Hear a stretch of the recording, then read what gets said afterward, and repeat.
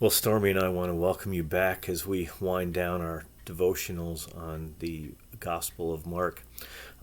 As we do that, we wanted to hit a couple of the big themes that come through in Mark. And on Monday, you heard Pastor Andrew talking about who is Jesus. Today, now that we know who he is, I think what we really want to do is understand what does it mean to follow Jesus. And here, Mark is very helpful. He lays it right out for us. 3 chapters right in a row give us 3 stories that tell us exactly what it means to follow Jesus. And in fact, this morning, if you're using an NIV Bible, you can see these actually quite clearly.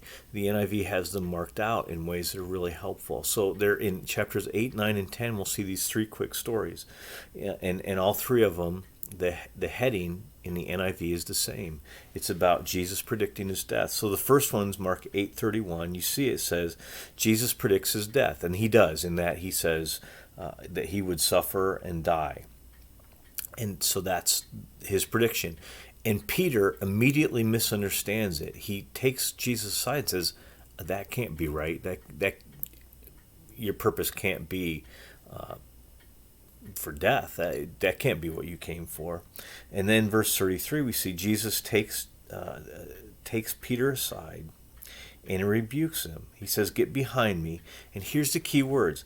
You don't have in mind the concerns of God, but merely human concerns. What were the human concerns? The human concerns were to protect Jesus and to have political power. Those were not God's concerns. God's concerns were to send Christ to the cross. That's what God had in mind. That's where Jesus is headed. So the first time Jesus predicts his death, Peter misunderstands. And Jesus straightens him out and says, no, this is what I'm here for. Well, notice the second time. It's right in chapter 9, and here the NIV is helpful again. The heading says, Jesus predicts his death a second time. So they're going through Galilee in chapter 9, verse 30, and he says in verse 31, the Son of Man is going to be delivered into the hands of men. They will kill him, and after 3 days he will rise.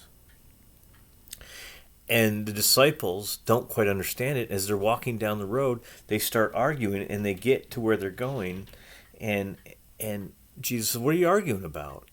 And they don't want to tell him, because what they were arguing about was who among the 12 was the greatest. So once again, Jesus predicts his death, and the disciples have an exactly wrong reaction to that. They start arguing, well, who among us is the greatest? And Jesus says, you don't understand. Verse 35, anyone who wants to be first must be the very last and the servant of all. So once again, we see Jesus predicts his death. The disciples misunderstand, take it all wrongly, and do the wrong thing. They argue about who's greatest, and Jesus says, that's not what it means to follow me. To serve others is to follow me.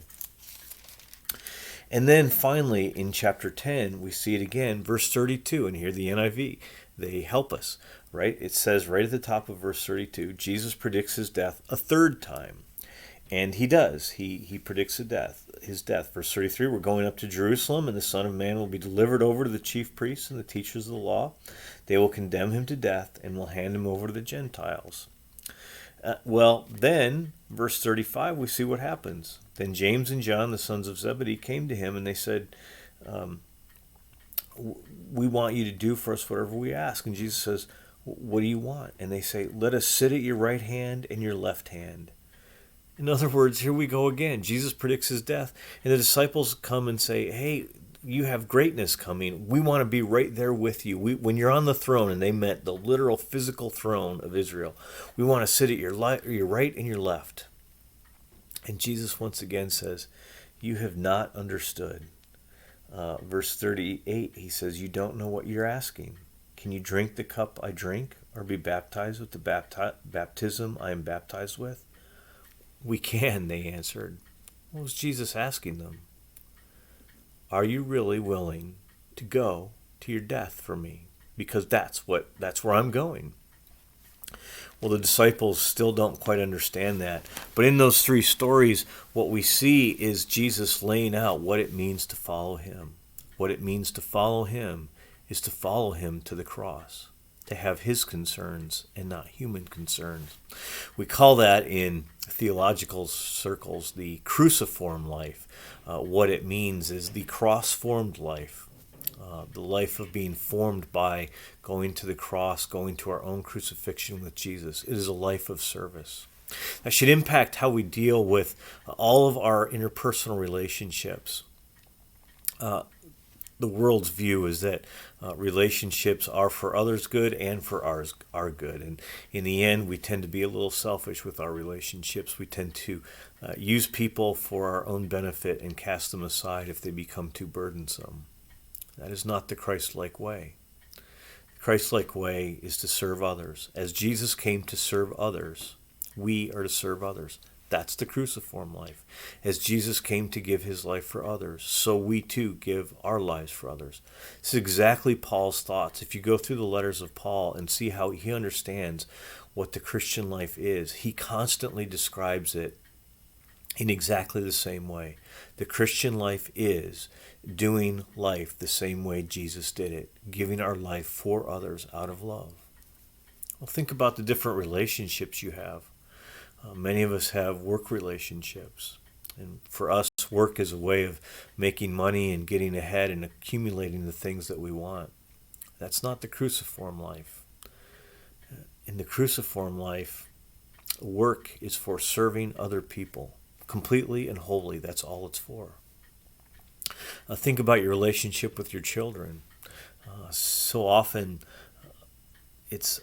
we use our children for our own benefit. That's why we get so disturbed sometimes when they don't carry out things the way we want them to, because we think they're here for us.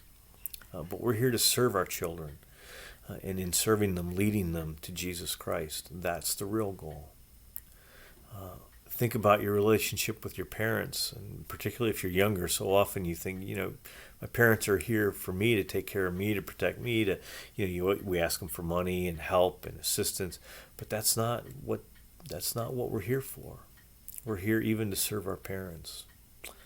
If you have grandchildren, so often we think of grandchildren as little delights that you can send back to their parents when they're all done, and for that reason, so often we treat grandchildren as the things that are meant to bring us joy and us pleasure. But even with grandchildren, our role is to serve them, and in serving them, to lead them to the cross of Jesus Christ. All of our relationships are meant to have that aspect. As Jesus says 3 times, I'm headed toward my death. And 3 times the disciples misunderstand, and they want what's good for them, what's important for them. And 3 times Jesus says, you have not understood the life. 3 times he says, the life is a life of service and suffering for others. That's what it means to follow Jesus. The question before us this morning then is the same one that Jesus asked Peter after his very first death prediction. Which concerns do you have? Human concerns or the concerns of God? It's a question worth reflecting on as we consider what it means to follow Jesus in the Gospel of Mark. Thanks for joining us over the last 16 weeks, and as we start a new series next week, we hope you'll join us for that as well.